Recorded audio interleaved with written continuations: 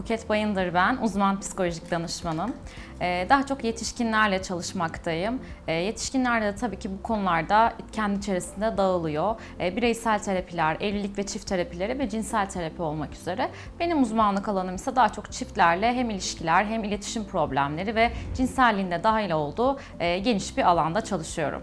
Çiftler ilişkilerinde tartışma olmadığında bunun iyi bir ilişki olduğunu düşünüyorlar. Oysa ki tartışmamak ilişkinin iyi gittiğinin göstergesi değil, tam tersi bizi korkutan bir yerdedir. Çünkü tartışma varsa ilişki nefes alıyor demektir. Hala sarf edecekleri bir emek var demektir. Bu yüzden de tartışmamak bir ilişkinin iyi gittiği anlamına gelmez. Fakat tartışırken de şöyle bir nokta var.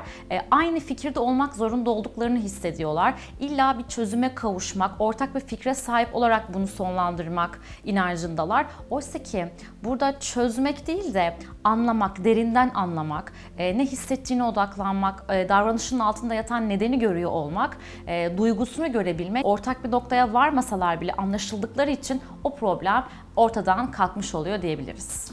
İlk etapta çift olarak geliyorlar seansa, birlikte görüyoruz. İlk seans zaten çiftleri tanıma, problemleri nedir, buraya neden geldiler, neye ihtiyaçları var, bu ilişkinin anlama ve tanıma, terapiste o güven bağının oluşması aşamasıdır. Ardından çiftleri daha derinden tanımak, aile dinamiklerini öğrenmek, travmatik durumları hakkında bilgi sahibi olabilmek için ikişer seans bireysel terapiye alıyoruz ama o da çift terapisi içerisinde oluyor. Ayrı bir bireysel süreç değil.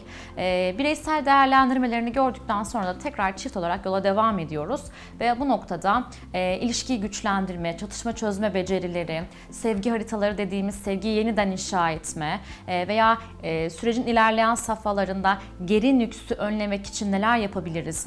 Bundan sonraki hayatlarında yeniden böyle bir kriz oluştuğunda neyi farklı yapacaklar gibi önlem aşamalarında konuştuktan sonra süreci sonlandırıyoruz.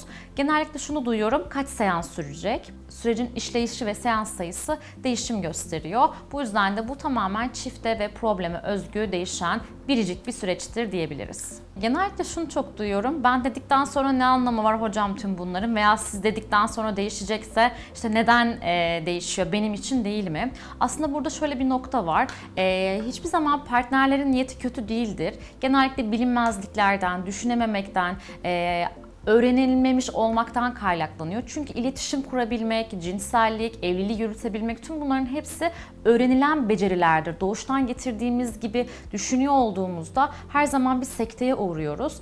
Nereye yatırım yaparsak ilişkide oradan beslenir ve oradan karşılığını alırız. Çiftlere benim en büyük tavsiyem birbirlerine verebilecekleri en değerli şeyin merak olduğu. Çünkü merak bittiği zaman ön yargılar başlıyor.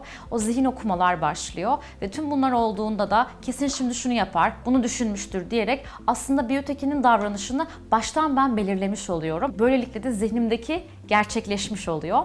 Ama burada merak ettiğimde, merakla baktığımda, merakla yöneldiğimde ve sorular sorduğumda sanki tanımıyormuşum gibi yeniden keşfetmek amaçlı baktığımda aslında o yargıların olmadığını, birbirlerine merak bitmediği için de hep heyecanla yaklaştıklarını görüyorum. O yüzden birbirlerine verebilecekleri en değerli şeyin merak olduğunu ve derinden anlama olduğunu söyleyebilirim. Ve son olarak şöyle bir şey de eklemek istiyorum. Davranışlara neye ihtiyacı var? Yani bu davranışının altında hangi karşılanmamış ihtiyacı var da şu anda böyle davranıyor diye baktıklarında aslında birbirlerini anlamak, bunu neden yaptığını görüyor olabilmek çok daha kolay bir noktaya geliyor.